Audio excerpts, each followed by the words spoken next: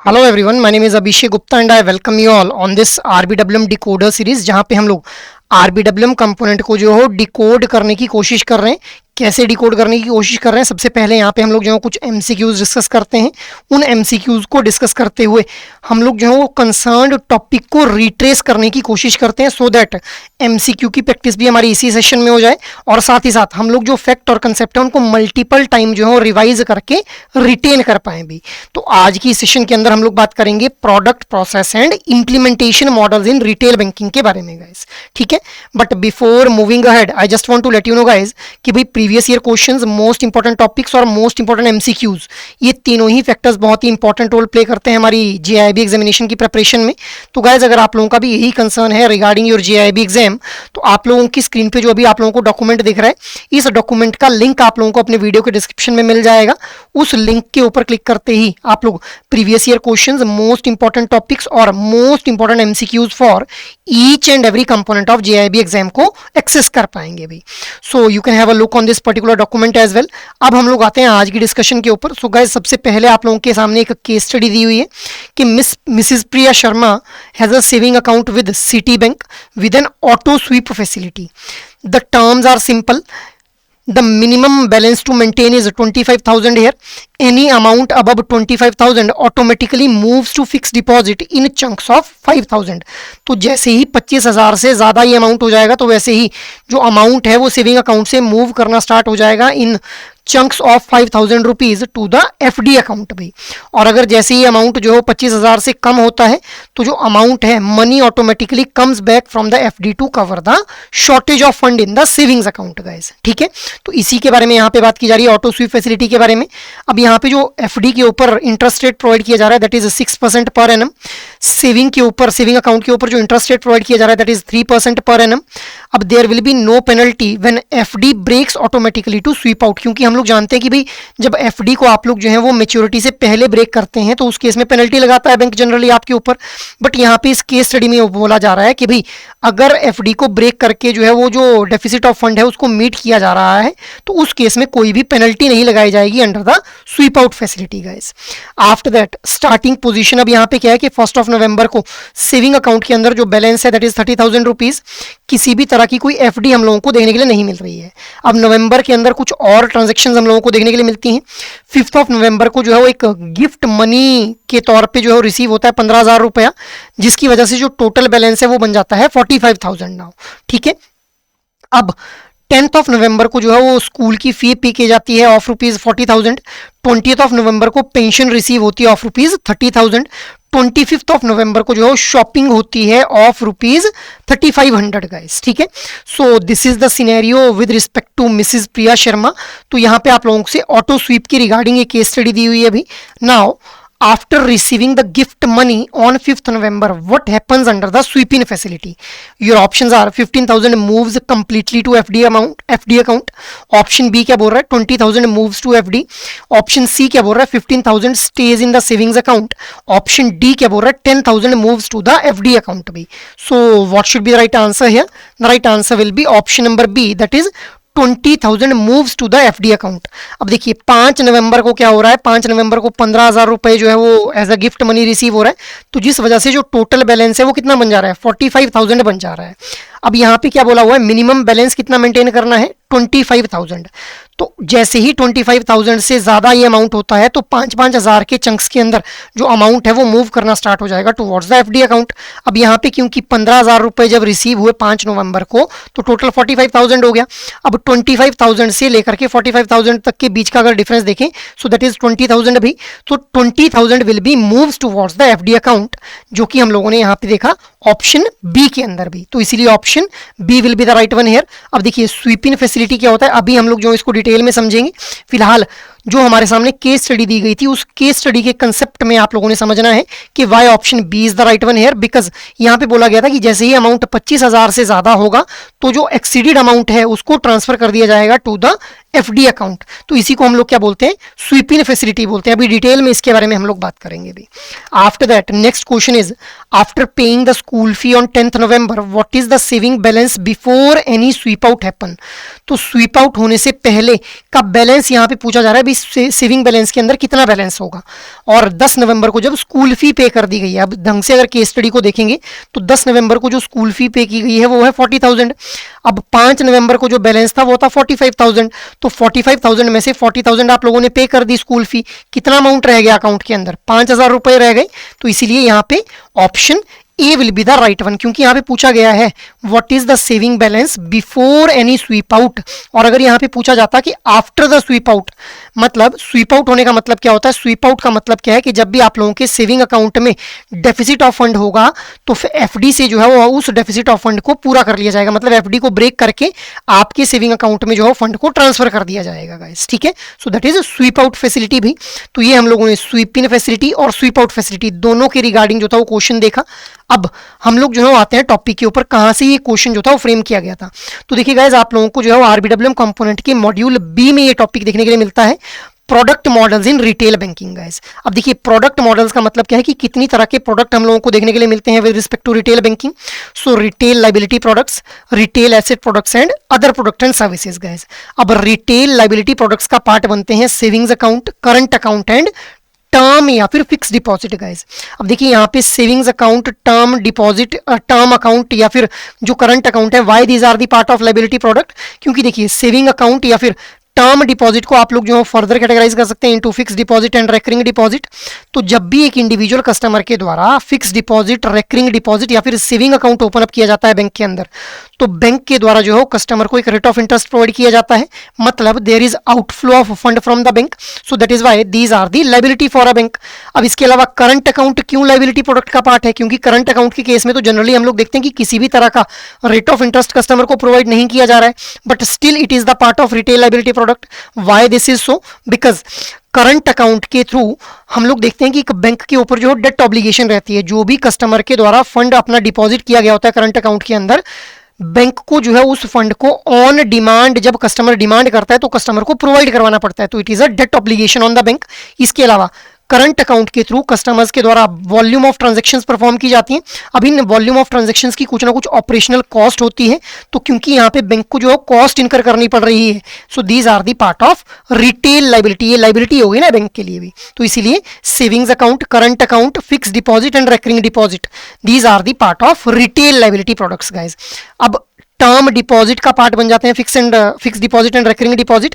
इसी तरह से अगर हम लोग सेविंग अकाउंट और करंट अकाउंट इनको भी कैटेगराइज करें, मतलब इनको हम लोग जो है वो किसके अंडर रख सकते हैं, these are the part of demand deposit guys. Demand deposit क्यों बोल रहा हूं मैं, क्योंकि ऑन डिमांड जो है वो फंड्स को विड्रॉ किया जा सकता है from saving account as well as from the current account guys. Next जो हमारा टाइप ऑफ मॉडल है with respect to retail banking, type of product model rather I would say, तो that is retail asset products. अब देखिए retail asset products का part बनते हैं loans and advances. अब अलग अलग तरह के लोन्स हम लोगों को देखने के लिए मिलते हैं, जैसे vehicle loan, home loan, personal loan, education loan, तो अलग अलग तरह के लोन्स देखने के लिए मिलते हैं। इसके अलावा एडवांसेस का मतलब क्या है कि जैसे क्रेडिट कार्ड्स के थ्रू जो है एडवांसेस प्रोवाइड किए जाते हैं कस्टमर्स को, तो अब चाहे लोन्स हैं चाहे एडवांसेस हैं, इनके थ्रू बैंक को जो है वो एक इंटरेस्ट की फॉर्म में इनकम अर्न होती है, मतलब there is inflow of fund towards the bank with respect to loans and advances. तो इसीलिए these are the part of retail asset products guys. After that next category is other product and services. अब other product and services के अंदर हम लोग जो है वो उन प्रोडक्ट और सर्विसेज को कंसीडर करते हैं जिनको बैंक्स के द्वारा डिस्ट्रीब्यूट किया जाता है, और उन प्रोडक्ट और सर्विसेज के बदले में बैंक को जो है वो एक फी बेस्ड इनकम अर्न होती है। साथ ही साथ बैंक जो है वो डायरेक्टली रिस्क के अंदर पार्टिसिपेट नहीं करता है जब भी in other product and services को डिस्ट्रीब्यूट करेगा। एग्जांपल की अगर मैं बात करूं तो देखिए जैसे mobile banking, internet banking, credit card, debit card, depository services, ठीक है, ब्रोकिंग सर्विसेज, इसके अलावा portfolio management services, along with this third party products जैसे लाइफ इंश्योरेंस प्रोडक्ट्स या फिर mutual fund products. So these are the part of other product and services guys. So ये हम लोगों ने 3 तरह के प्रोडक्ट मॉडल्स के बारे में बात कर ली। अब अगर हम लोग रिटेल लायबिलिटी प्रोडक्ट्स को थोड़ा डिटेल में डिस्कस करें तो करंट अकाउंट, सेविंग्स अकाउंट और फिक्स डिपॉजिट, इसके अलावा रेकरिंग डिपॉजिट भी हमारे लायबिलिटी प्रोडक्ट का ही पार्ट बनते हैं, अभी हम लोगों ने देखा। अब करंट अकाउंट के केस में कोई भी इंटरेस्ट यहाँ पे प्रोवाइड नहीं किया जा रहा है कस्टमर्स को, बट यहाँ पे विड्रॉल फैसिलिटी कस्टमर्स को प्रोवाइड की जा रही है अभी। इसके अलावा सेविंग्स अकाउंट की अगर बात की जाए तो यहाँ पे एक low rate of interest provide किया जा रहा है, but still there is a income to the customer in form of interest. Along with this withdrawal facility जो है प्रोवाइड की जा रही है अभी। फिक्स डिपॉजिट के केस में एक हाई रेट ऑफ इंटरेस्ट जो कस्टमर्स को प्रोवाइड किया जाता है, बट यहाँ पे किसी भी तरह की विड्रॉल फैसिलिटी प्रोवाइड नहीं की जाती है टिल मेच्योरिटी पीरियड गाइस। अब अगर मेच्योरिटी से पहले विड्रॉल होता है तो उस केस में फिर पेनल्टी लगाई जाती है गाइस। अब देखिए ये हम लोगों ने बात कर ली रिटेल लायबिलिटी प्रोडक्ट्स के बारे में।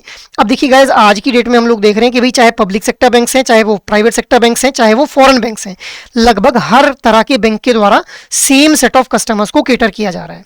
अब बैंक्स को अपने प्रोडक्ट्स को डिफ्रेंशिएट करना बहुत ही जरूरी हो जाता है यहाँ पे, तो इसीलिए प्रोडक्ट को डिफ्रेंशिएट करने के लिए सबसे जो इंपॉर्टेंट की फैक्टर है that is value differentiation guys. मतलब हम लोग जो अपने जो कस्टमर्स हैं उनको वैल्यू प्रोवाइड करवाएं, वैल्यू के थ्रू डिफरेंशिएशन क्रिएट करें, तो अल्टीमेटली हमारा प्रोडक्ट भी डिफरेंशिएट हो जाएगा guys.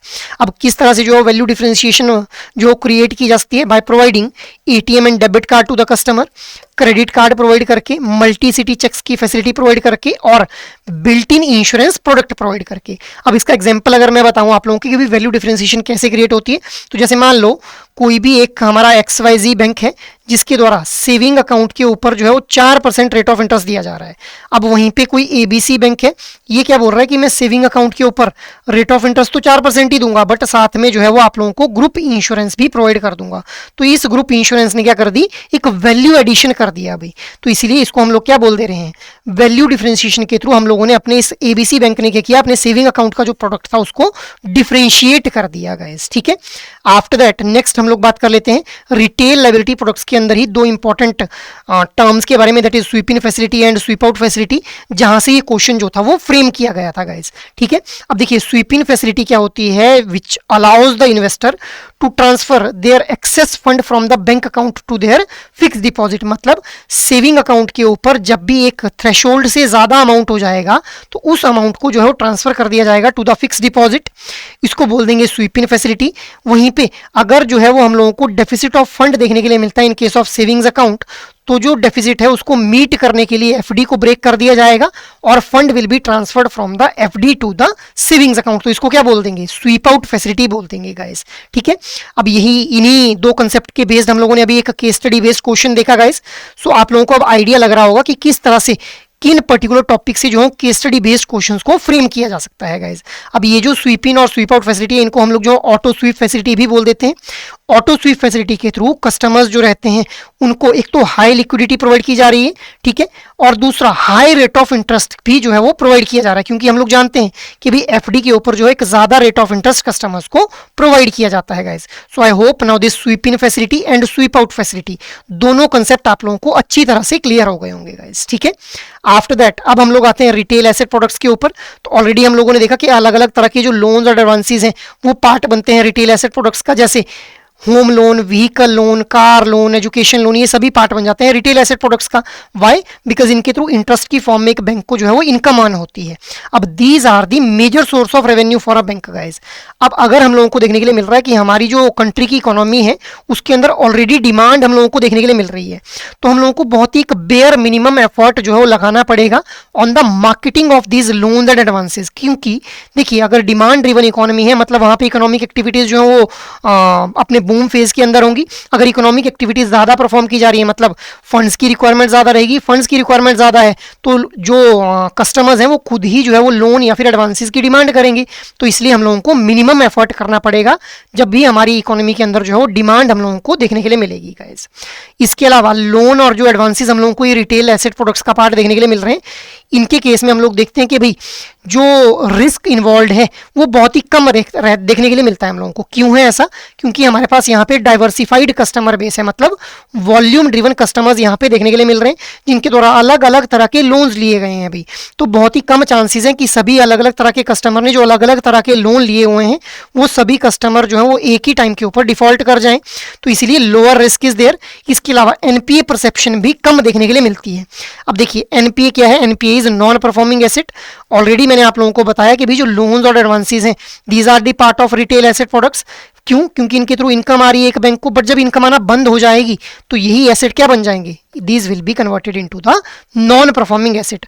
But in case of retail banking products हम लोग देखते हैं कि भी जो एनपीए है इनका नंबर हम लोगों को कम देखने के लिए मिलता है in comparison to the corporate banking guys, ठीक है।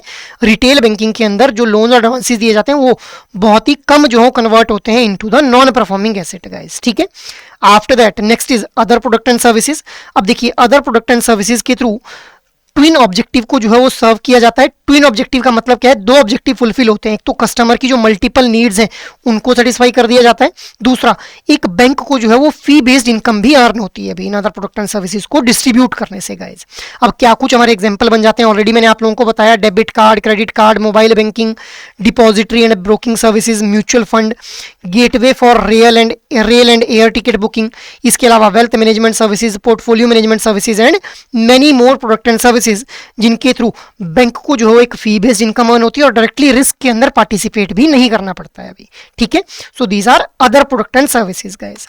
आफ्टर दैट नेक्स्ट आप लोगों के सामने केस स्टडी दी गई है। So national progressive bank that is NPB is a mid sized private bank with 350 branches across India. Currently NPB follows a decentralized retail loan processing system where each branch processes its own retail application that is home loan, car loan और personal loan। हर एक branch जो है वो अपने individual loans को process कर रही है। अब the bank is facing several challenges. पहला चैलेंज क्या है? एक तो इनकंसिस्टेंट टर्न अराउंड टाइम देखने के लिए मिल रहा है अक्रॉस ब्रांचेस। कोई ब्रांच बोल रही है अभी 3 दिन में आपका लोन प्रोसेस हो जाएगा, कोई बोल रही है 5 दिन में होगा और बोल 5 रही है हो 10 दिन में रहा है। तो इनकंसिस्टेंट टर्न अराउंड टाइम देखने के लिए मिल रहा है। इसके अलावा वेरिंग अप्रूवल रेट्स हम लोगों को देखने के लिए मिलते हैं। 65 to 85% are based on the branch location. So जो ये लोन्स हैं इनके अप्रूवल होने के जो रेट्स हैं उनके अंदर भी वेरिएशन देखने के लिए मिल रही है। हाई ऑपरेशनल कॉस्ट देखने के लिए मिल रही है because of the duplicated effort, क्योंकि बार बार जो है वो एक सेम लोन को अप्रूव करने के लिए जो है वो हम लोगों को एफर्ट करने पड़ रहे हैं, तो इसीलिए हाई ऑपरेशनल कॉस्ट हम लोगों को देखने के लिए मिल रही है। इसके अलावा डिफिकल्टी फेस कर रहा है ये NPB in monitoring compliance and fraud prevention, क्योंकि कंप्लायंस गाइडलाइंस को जो है ये प्रॉपरली जो है वो फॉलो नहीं कर पा रहे और फ्रॉड होने से भी नहीं रोक पा रहे हैं अभी। इसके अलावा इनएफिशिएंट यूटिलाइजेशन हो रही है of the skilled credit officers. जो स्किल्ड क्रेडिट ऑफिसर्स हैं उनका एफिशिएंट यूज नहीं कर पा रहा है ये bank for assessing the credit worthiness of the customers guys. अब इसी वजह से जो एनपीबी की मैनेजमेंट है वो कंसीडर कर रही है कि भाई इसको अपने जो रिटेल एसेट प्रोसेसिंग है उसको जो है रीस्ट्रक्चरिंग उसकी करनी पड़ेगी। तो उन्होंने जो है 3 पोटेंशियल मॉडल्स को आइडेंटिफाई किया। पहला था सेंट्रलाइज्ड प्रोसेसिंग यूनिट, वो एक मुंबई के अंदर एस्टेब्लिश करेंगे, हेडक्वार्टर जहां पे है उनका। दूसरा मॉडल क्या था? रीजनल प्रोसेसिंग सेंटर एस्टेब्लिश किए जाएंगे 3 जोन्स के अंदर for the processing of these retail asset products. Model C क्या था? हाइब्रिड मॉडल, जहां पे सेंट्रलाइज्ड जो है वो प्रोसेसिंग की जाएगी फॉर कॉम्प्लेक्स लोन्स और स्टैंडर्ड लोन्स के लिए रीजनल प्रोसेसिंग जो है वो ऑप्ट करेंगे भी। तो ये 3 मॉडल इन्होंने जो था वो आइडेंटिफाई किए। अब the bank processes approximately 25,000 retail loan applications monthly with an average ticket size of 15 lakh. मतलब एवरेज जो है 15 लाख के लोन जो है वो हम लोगों को देखने के लिए मिल रहे हैं और 25,000 रिटेल लोन की एप्लीकेशंस बैंक के पास आ रही हैं, क्योंकि एक बहुत बड़ी रिटेल लोन की एप्लीकेशंस बैंक को रिसीव हो रही हैं, तो इसीलिए रीस्ट्रक्चरिंग के बारे में बैंक यहाँ पे सोच रहा है अभी। अब now this is the case study guys. अब if the NPB adopts model A, that is a centralized processing model, so which of the following would be the most significant immediate challenge for the particular bank guys? Your options are higher infrastructure cost at the headquarters, resistance from the branch staff fearing role changes, increased turnaround time due to transportation delays, difficulty in understanding the local market condition guys. So what should be the right answer here? The right answer will be option number D.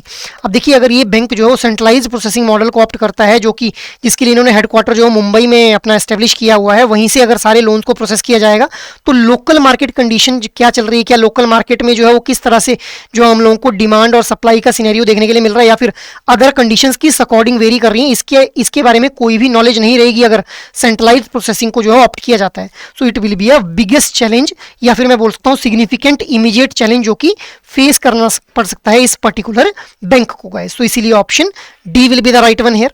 After that next question क्या बोल रहा है? Model B जो कि है regional processing centre, it would be particularly advantageous for NPB bank. ये NPV bank के लिए जो एडवांटेजेस रहेगा रीजनल प्रोसेसिंग सेंटर, क्यों रहेगा, उसके कारण पूछे जा रहे हैं। Because it allows complete automation of credit decisions, it maintains local market understanding while achieving some standardization, it requires the least investment in technology, it eliminates the need for branch level documentation. So what should be the right answer here?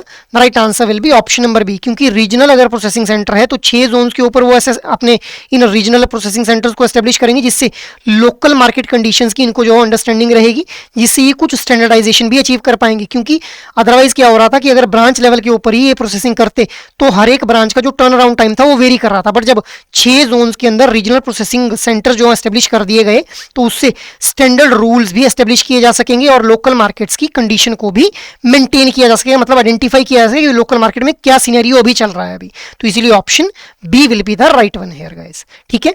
अब ये जो हमारे case study थी या फिर ये जो questions थे ये फ्रेम किए गए थे from the product processing models guys. अब हम लोगों ने प्रोडक्ट्स के बारे में ऑलरेडी देखा, retail asset product, retail liability products, ठीक है। तो अब इन प्रोडक्ट्स को जो किस तरह से प्रोसेस किया जाएगा इसके रिगार्डिंग यहाँ पे बात की जा रही है।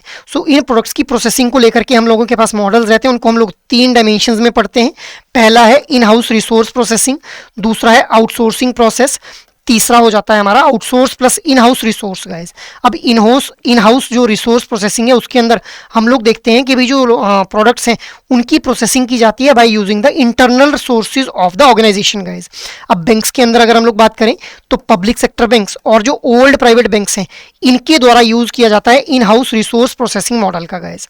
इसके अलावा आउटसोर्सिंग प्रोसेस के अंदर एक थर्ड पार्टी को जो है वो टास्क या फिर एक्टिविटीज़ को जो है वो प्रोवाइड कर दिया जाता है, मतलब डिलीवर कर दिया जाता है कि भाई आप जो है इन टास्क और एक्टिविटीज़ को परफॉर्म करेंगे ऑफ द प्रोसेसिंग गाइस। तो फॉरेन बैंक्स के द्वारा प्रोडक्ट्स की प्रोसेसिंग के लिए जो आउटसोर्सिंग मॉडल का यूज किया जाता है। After that outsource plus in house resource model. अब यहाँ पे ये हम लोगों को एक हाइब्रिड मॉडल देखने के लिए मिल रहा है जहाँ पे कुछ टास्क और एक्टिविटीज को थर्ड पार्टी परफॉर्म कर लेगी और कुछ टास्क और एक्टिविटीज को इंटरनल सोर्सेज के थ्रू परफॉर्म किया जाएगा गाइस। अब ये जो हमारा particular outsource plus in house resource model है इसको यूज किया जाता है by the new generation private banks guys. तो ये 3 डायमेंशंस हम लोगों ने देखी with respect to the product processing model guys. अब अगर हम लोग प्रोसेसिंग मॉडल्स की बात करें तो हम लोगों को सबसे पहले देखने के लिए मिलता है centralised processing model. Centralised processing model का मतलब क्या है कि यहाँ पे जो भी लोन्स हम लोगों को सोर्स होते हुए देखने के लिए मिल रहे हैं एट डिफरेंट ब्रांचेस या फिर अलग अलग मार्केटिंग टीम्स के द्वारा जो लोन सोर्स करके लाए जा रहे हैं उन सभी की प्रोसेसिंग कहाँ होगी, एक सेंट्रल पॉइंट के ऊपर होगी गाइस। तो इसको हम लोग क्या बोल देंगे, सेंट्रलाइज्ड प्रोसेसिंग मॉडल बोल देंगे भी। All loan sourced at the branches and by the marketing team are processed at the single point guys. अब मोस्टली ये जो सेंट्रलाइज्ड प्रोसेसिंग मॉडल है इसका यूज किया जा रहा है फॉरेन बैंक्स के द्वारा और जो पब्लिक सेक्टर बैंक्स हैं वो भी धीरे धीरे जो है मूव कर रहे हैं towards this centralised processing model guys. Next one is regional processing model. अब देखिए रीजनल प्रोसेसिंग मॉडल के अंदर क्या होता है कि यहाँ पे एक पर्टिकुलर रीजन के अंदर जो भी ब्रांचेस हैं, जैसे ये हमारा एक रीजन हो गया, इसके अलावा ये हमारा एक रीजन हो गया। अब इस रीजन के अंदर जो भी ब्रांचेस हैं उनके ऊपर जो भी लोन्स आ रहे हैं प्रोसेस होने के लिए, क्योंकि यहाँ पे लोन्स की बात क्यों कर रहा हूं मैं, because we are talking about the processing of retail asset and loans are the part of retail asset products. तो यहाँ पे जो भी लोन्स की रिक्वेस्ट आ रही है इस पर्टिकुलर रीजन के अंदर जो ब्रांचेस हैं उनको प्रोसेस किया जाएगा at a regional hub. Regional hub 1 मैंने जैसे इसको बोल दिया, और इस पर्टिकुलर रीजन के अंदर जो ब्रांचेस हैं उनके ऊपर जो लोन की रिक्वेस्ट आ रही है उसको हैंडल या फिर प्रोसेस किया जाएगा at the regional hub 2 guys. मतलब एक पर्टिकुलर विसिनिटी के अंदर जो ब्रांचेस हैं उनको उनके ऊपर जो लोन की रिक्वेस्ट आ रही हैं उनको प्रोसेस किया जाएगा at the regional hubs guys. इसके अलावा स्टैंड अलोन प्रोसेसिंग मॉडल का मतलब क्या है कि भाई इंडिविजुअल ब्रांच के ऊपर जहाँ पे जिस ब्रांच के ऊपर लोन की रिक्वेस्ट आई वहीं पे उसकी प्रोसेसिंग कर दी, तो उसको बोल देंगे सेंट्रलाइज प्रोसेसिंग मॉडल गाइज। अब regional processing hubs are there to cater the specific cluster और जियोग्राफी ऑफ ब्रांचेस। अब ये जो हमारे रीजनल प्रोसेसिंग मॉडल्स हैं these are more popular with the old generation private banks guys, ठीक है। अब इन दोनों का कॉम्बिनेशन हम लोगों को देखने के लिए मिलता है centralise plus regional processing model के अंदर, जहां पे न्यू जनरेशन प्राइवेट बैंक्स के द्वारा जो है इस पर्टिकुलर मॉडल का यूज किया जाता है, जहां पे कुछ लोन्स को जो है वो सेंट्रलाइज्ड पॉइंट के ऊपर प्रोसेस किया जाएगा जबकि कुछ लोन्स को जो है वो रीजनल हब्स के ऊपर भी प्रोसेस कर दिया जाएगा गाइज। तो ये हम लोगों ने प्रोसेसिंग मॉडल्स के बारे में बात कर ली भाई। आफ्टर दैट अभी हम लोगों ने देखा processing of retail asset products को गाइस। अब हम लोग आते हैं रिटेल लायबिलिटी प्रोडक्ट्स की प्रोसेसिंग के ऊपर। तो देखिए रिटेल लायबिलिटी प्रोडक्ट्स का पार्ट बनते हैं हमारे क्या, कुछ डिमांड डिपॉजिट्स और term deposits guys. Demand deposit को मैं अभी बताया आप लोगों को, फर्दर कैटेगराइज करते हैं हम लोग current account and saving account में, और टाइम डिपॉजिट या फिर टर्म डिपॉजिट को into the fix deposit and recurring deposit भाई। अब इनके केस में प्रोसेसिंग कैसे होगी, तो जनरली जो हमारे मोस्टली जो पब्लिक सेक्टर बैंक्स हैं वहाँ पे स्टैंड अलोन प्रोसेसिंग को ऑप्ट किया जाता है, मतलब ब्रांच लेवल के ऊपर ही जो इन रिटेल लाइबिलिटी प्रोडक्ट्स को प्रोसेस कर दिया जाता है। प्राइवेट सेक्टर बैंक्स के अंदर centralised plus regional plus stand alone model, तीनों का हाइब्रिड मिक्सचर जो है यूज किया जाता है for the purpose of processing these liability products. जबकि फॉरेन बैंक्स के अंदर सेंट्रलाइज्ड प्रोसेसिंग को जो है वो यूज किया जाता है for the processing of these retail liability products guys. अब देखिए हम लोग वैसे तो देखते हैं कि ये जो प्रोसेसिंग मॉडल्स हैं ये वेरी करते हैं डिपेंडिंग अपॉन कि किस तरह का प्रोडक्ट है, क्या एसेट प्रोडक्ट है या फिर एक लाइबिलिटी प्रोडक्ट है। बट यहाँ पे क्योंकि अभी हम लोग जो लाइबिलिटी प्रोडक्ट के बारे में बात कर रहे हैं, तो लाइबिलिटी हम लोग देखिए रिटेल बैंकिंग के अंदर या फिर मैं बैंकिंग की ही बात करूँ तो ये इंटेंजिबल फॉर्म ऑफ सर्विस देखने के लिए मिलती है। अब यहाँ पे टेंजिबिलिटी को इंट्रोड्यूस करने के लिए हम लोग क्या करते हैं, जब भी सेविंग अकाउंट को ओपन अप किया जाता है तो साथ में पासबुक इशू की जाती है, चेकबुक दी जाती है, एटीएम कार्ड प्रोवाइड किया जाता है, डेबिट कार्ड और पिन भी मेल किया जाता है। अब अगर आप लोगों को जो कस्टमाइज्ड या फिर अपने पर्सनलाइज्ड चेकबुक या पासबुक चाहिए तो आप लोगों को मेल के थ्रू प्रोवाइड की जाती है, और अगर आप लोगों को जो एक जनरल पासबुक या फिर general without your name customise name अगर चेकबुक चाहिए तो इमीडिएटली वो आप लोगों को प्रोवाइड की जाती है। अलग अलग बैंक में जो है अलग अलग पॉलिसीज हम लोगों को देखने के लिए मिलती हैं regarding the providing of this passbook, chequebook and ATM card. But हाँ, हम लोग यहाँ से ये देख पा रहे हैं कि कुछ ब्रांचेज कुछ बैंक्स के अंदर सेंट्रलाइज मॉडल फॉलो किया जाता है for the purpose of processing this retail liability products, और कुछ बैंक्स के अंदर जो है वो स्टैंड अलोन मॉडल को भी फॉलो किया जाता है गाइस। ठीक है, तो ये हम लोगों ने बात कर ली रिटेल लाइबिलिटी प्रोडक्ट्स की प्रोसेसिंग को लेकर के। अब देखिए मैंने आप लोगों को बताया कि भी जो प्रोसेस मॉडल है वो वेरी करेगा डिपेंडिंग अपॉन कि किस तरह का प्रोडक्ट है, क्या रिटेल एसेट प्रोडक्ट है या फिर रिटेल लाइबिलिटी प्रोडक्ट है। इसके साथ ही साथ जो हमारा प्रोसेसिंग मॉडल है वो also depends upon single stage processing हो रही है या फिर मल्टी स्टेज प्रोसेसिंग हो रही है। जैसे अगर आप लोगों का कार लोन देखने के लिए मिलता है, कार लोन के अंदर हम लोग देखते हैं कि भाई सिंगल स्टेज के अंदर जो लोन को प्रोसेस कर दिया जाता है, जबकि हाउसिंग लोन को अगर प्रोसेस करना है तो वहाँ पे मल्टीपल स्टेजेस देखने के लिए मिलती हैं। पहले डॉक्यूमेंट्स की वेरिफिकेशन होगी, फिर वैल्यूएशन करवाई जाएगी फ्रॉम द अप्रूव्ड वैल्यूअर। ठीक है, इस तरह से मल्टीपल स्टेजेस यहाँ पे देखने के लिए मिलती हैं हम लोगों को हाउसिंग लोन के केस में। तो इसके ऊपर भी डिपेंड करेगा कि कौन से प्रोसेस मॉडल को ऑप्ट किया जाएगा। अब ये जो हमारा प्रोसेसिंग टाइम हम लोगों को देखने के लिए मिलता है कि कितने टाइम में जो है आपका जो प्रोडक्ट है उसकी प्रोसेसिंग कर दी जा रही है, इससे एक्चुअल में हम लोगों को समझ में आता है कि कितना कौन सा बैंक जो कितने एफिशिएंटली काम कर रहा है। भाई यूजुअली पब्लिक सेक्टर बैंक्स के अंदर जो प्रोसेसिंग टाइम देखा जाता है वो 2 से 15 दिन का प्रोसेसिंग टाइम हम लोगों को देखने के लिए मिलता है गाइस। तो ये हम लोगों ने प्रोसेसिंग मॉडल्स के बारे में बात कर ली भाई। After that now there is a question for you guys. So according to business process structure implementation models in retail banking, which of the following statements are correct? Public sector banks typically follow a horizontally organized model that uses different process models for different products. In a vertically organized model, banks rely on functionality and uses a centralized customer database. A new generation private banks generally follow a predominantly horizontally organized model. A predominantly vertically organized model mostly uses common information for products with some variation possible, guys. So you need to select the most appropriate answer from the options given below. Your options are statement 1, 2 and 4 are correct, statement 2, 3 and 4 are correct, statement 1, 2 and 3 are correct, या फिर statement 1, 3 and 4 are correct भाई। So what should be the right answer here? The right answer will be option number A, that is statement 1, 2 and 4 are correct। अब देखिए यहाँ पे जो बात हो रही है बिजनेस प्रोसेस स्ट्रक्चर के अंदर इंप्लीमेंटेशन मॉडल्स के बारे में, तो हम लोगों को जो है 4 तरह के इंप्लीमेंटेशन मॉडल्स देखने के लिए मिलते हैं। अभी उनके बारे में हम लोग समझते हैं, बट पहले मैं आप लोगों को बता दूं कि 1 to 4 तो यहाँ पे ये बोल रहा है सही है, थर्ड गलत क्यों है? न्यू जनरेशन प्राइवेट बैंक्स जो जनरली फॉलो करते हैं प्रीडोमिनेंटली हॉरिजॉन्टली ऑर्गेनाइज्ड मॉडल। नहीं भाई, जब मैं आप लोगों को अभी थोड़ी देर में ये प्रीडोमिनेंटली हॉरिजॉन्टली ऑर्गेनाइज्ड मॉडल को एक्सप्लेन करूंगा, तब आप लोगों को समझ आएगा कि why this statement is the incorrect one. ठीक है, तो देखिए इंप्लीमेंटेशन मॉडल्स की अगर हम लोग बात करें तो ब्रॉडली अगर हम लोग देखें तो यहाँ पे हम लोगों को 2 तरह की इंप्लीमेंटेशन मॉडल्स देखने के लिए मिलते हैं, आउटसोर्सिंग और इनसोर्सिंग मॉडल गाइज। अब जो आउटसोर्सिंग मॉडल है उसके अंदर हम लोग देखते हैं कि भाई एक कंपनी के द्वारा किसी एक दूसरी कंपनी को हायर किया जाता है फॉर परफॉर्मिंग इट्स प्लेन्ड और एग्जिस्टिंग एक्टिविटीज गाइज। जैसे हम लोग देखते हैं ना कि भाई आज की डेट में हम लोगों को इंडिया के अंदर जो कॉल सेंटर्स हैं वो बहुत ज़्यादा देखने के लिए मिलते हैं। अब call centres are the example of outsourcing guys. क्यों? क्योंकि बहुत बड़ी बड़ी ऑर्गेनाइजेशंस जो कि फॉरेन से ऑपरेट कर रही हैं उन्होंने इंडिया के अंदर आउटसोर्सिंग कर रखी है, मतलब उन्होंने अपने एक पर्टिकुलर टास्क को जो है आउटसोर्स कर रखा है कि भाई इस पर्टिकुलर टास्क को, कस्टमर सपोर्ट वाला ये जो टास्क है इसको एग्जीक्यूट करने के लिए किसी और कंपनी को हायर कर रखा है और उनके द्वारा फिर इंप्लॉइज को हायर किया जाता है for the particular company guys. So this is outsourcing model भाई।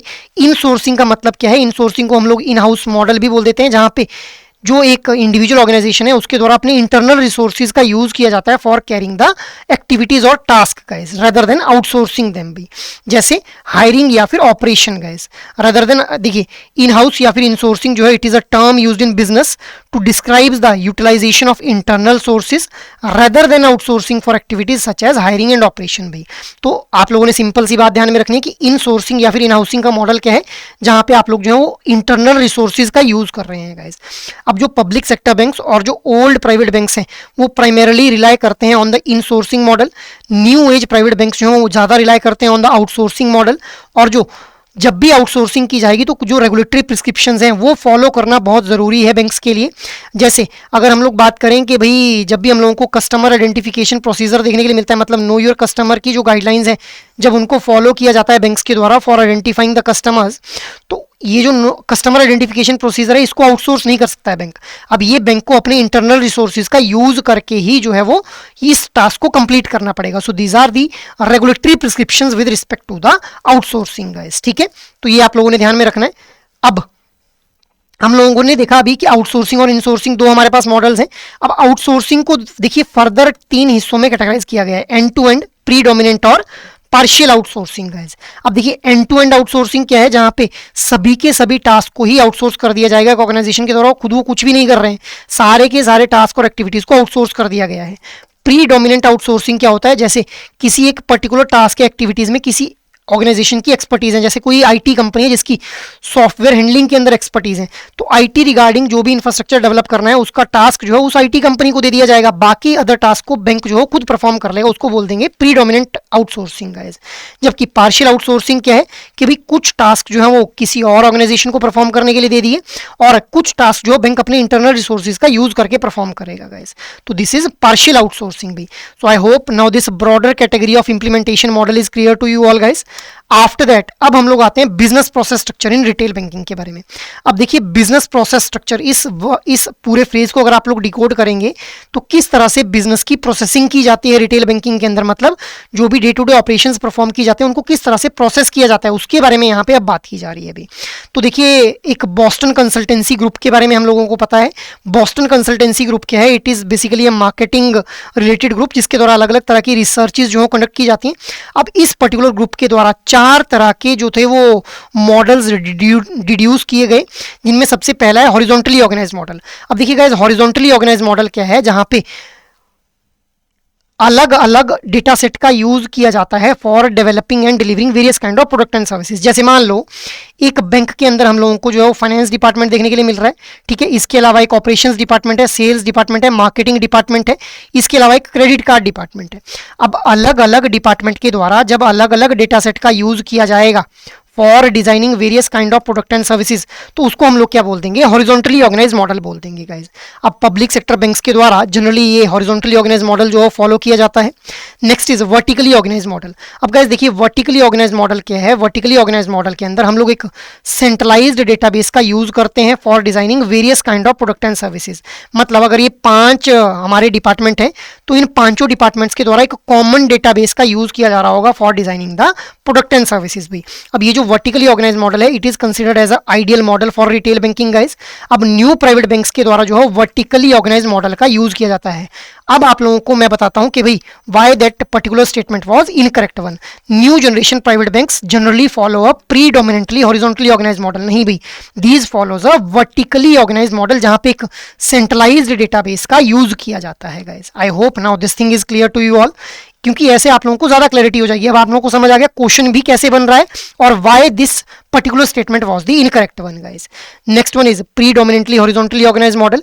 देखिए प्रीडोमिनेंटली जब भी जुड़ जाएगा चाहे वो हॉरिजॉन्टली ऑर्गेनाइज्ड मॉडल के साथ में चाहे वो वर्टिकली ऑर्गेनाइज्ड मॉडल के साथ में, तो ये डिफरेंशिएट कर देगा इनको। अब देखिए प्रीडोमिनेंटली हॉरिजॉन्टली ऑर्गेनाइज्ड मॉडल क्या है, जहां पे वैसे तो हम लोग जो है अलग अलग डेटा सेट का यूज कर रहे हैं for designing various product and services, but in some rare case scenario we also uses the centralised database. जैसे 5 डिपार्टमेंट है मान लो, फाइनेंस, सेल्स, मार्केटिंग, ऑपरेशंस, ठीक है, इसके अलावा क्रेडिट कार्ड। तो अब 5 में से 2 जो हमारे डिपार्टमेंट है उनके द्वारा एक कॉमन डेटा का यूज़ किया जा रहा है for designing product and services, rest इनके द्वारा अभी भी अलग अलग डेटा सेट का ही यूज़ किया जा रहा है। तो इसको बोल दूंगा मैं predominantly horizontally organised model guys. इसी तरह से प्रीडोमिनेंटली वर्टिकली ऑर्गेनाइज्ड मॉडल में क्या होगा कि वैसे तो इन सभी डिपार्टमेंट्स के द्वारा एक सेंट्रलाइज्ड डेटाबेस का ही यूज किया जाएगा for designing various product and services, but in some rare case scenario अलग अलग डिपार्टमेंट के द्वारा अलग अलग डेटा सेट का भी यूज कर लिया जाएगा for designing various product and services guys. So I hope now these 4 implementation models with respect to the business process structure in retail banking are clear to you all guys. ठीक है, so guys that is all for today's discussion from my end. I hope आप लोगों को ये जो discussion रही है काफ़ी हेल्प करेगी आप लोगों की प्रिपरेशन में।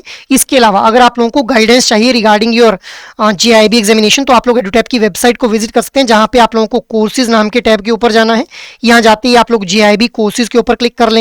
GIB कोर्सेज के ऊपर क्लिक करते ही जैसे आप लोग स्क्रॉल डाउन करेंगे तो यहाँ पे आप लोगों को अलग अलग तरह के कोर्सेज देखने के लिए मिलेंगे। तो सबसे पहले हम लोग बात करते हैं GIB की कंप्लीट मास्टर कोर्स के बारे में। अब इसके अंदर चारों कंपोनेंट्स के लिए आप लोगों को लाइव क्लासेस, कंसेप्ट नोट्स और मॉक टेस्ट प्रोवाइड किए जाएंगे गाइस, जिनके थ्रू आप लोगों की कॉम्प्रिहेंसिव प्रिपरेशन हो पाएगी भाई। ठीक है, अब आप लोग चाह रहे हैं कि भाई आप लोगों को कंप्लीट मास्टर कोर्स नहीं चाहिए, आप लोगों को किसी इंडिविजुअल कंपोनेंट के लिए मास्टर कोर्स में एनरोल करना है, तो आप लोगों को सिंपली स्क्रॉल डाउन करना है और यहाँ पे आप लोगों को IND-IFS, PPB, AFM और RBWM इन चारों कंपोनेंट्स के लिए जो इंडिविजुअल मास्टर कोर्स देखने के लिए मिल जाएंगे, जिसकी वजह से आप लोग क्या कर पाएंगे, हर एक इंडिविजुअल कंपोनेंट को भी कॉम्प्रिहेंसिवली प्रिपेयर कर पाएंगे भी। तो ये तो हो गई कंप्लीट मास्टर कोर्स और इंडिविजुअल मास्टर कोर्स की बात। बट अगर आप लोग चाह रहे हैं कि भाई कम ड्यूरेशन में मोस्ट इंपॉर्टेंट टॉपिक सिर्फ आप लोगों ने कवर करने इस GIB एग्जाम के लिए, तो आप लोग लाइव क्रैश कोर्स में खुद को एनरोल कर सकते हैं, जहां पे आप लोगों को चारों कंपोनेंट्स के लिए live classes, concept notes, solved PYQs, chapter wise mock test और फुल लेंथ मॉक टेस्ट जो है प्रोवाइड किए जाएंगे guys. So you can have a look on this particular live crash course अगर आप लोग सिर्फ मोस्ट इंपॉर्टेंट टॉपिक्स को कवर करना चाहते हैं और वो भी under a proper guidance guys. ठीक है, बट अगर आप लोगों को लग रहा है कि आप लोगों की प्रिपरेशन हो चुकी है, अब सिर्फ आप लोगों को अपनी इवैल्यूएशन करनी है, तो आप लोग जो खुद को एनरोल कर सकते हैं in this test series guys, जहां पे आप लोगों को solved previous year questions provide किए जा रहे हैं which plays a very pivotal role with respect to your GIB examination. इसके अलावा फुल लेंथ मॉक टेस्ट और चैप्टर वाइज मॉक टेस्ट भी आप लोगों को टेस्ट सीरीज के अंदर प्रोवाइड किए जा रहे हैं, सो दैट आप लोगों के जो चैप्टर्स हैं वो भी चंक्स के अंदर प्रिपेयर होते चले और आप लोगों का एक कॉन्फिडेंस बिल्ड होता चले regarding the particular chapter of the respective component guys.